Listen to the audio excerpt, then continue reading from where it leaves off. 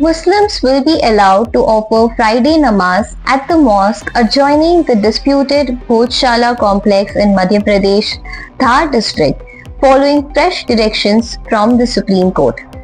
A three-judge bench headed by Chief Justice Suryakant directed the Madhya Pradesh government to facilitate prayers between 1 pm and 3 pm every Friday.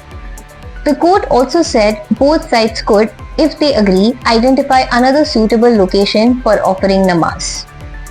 The order came after the Muslim side informed the Supreme Court that its earlier directions had not been properly implemented. The petitioners argued that the administration had identified a prayer site nearly 1.3 kilometers away from the Bhojshala complex, making it difficult for worshippers seeking to pray near the mosque.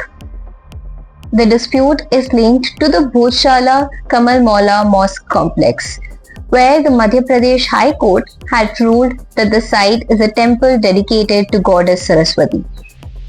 The High Court had also cancelled a decades-old Archaeological Survey of India order that permitted Muslims to offer Friday prayers at the complex, while leaving its administration to the centre and the ASI. The Supreme Court, however, did not restore the previous arrangement.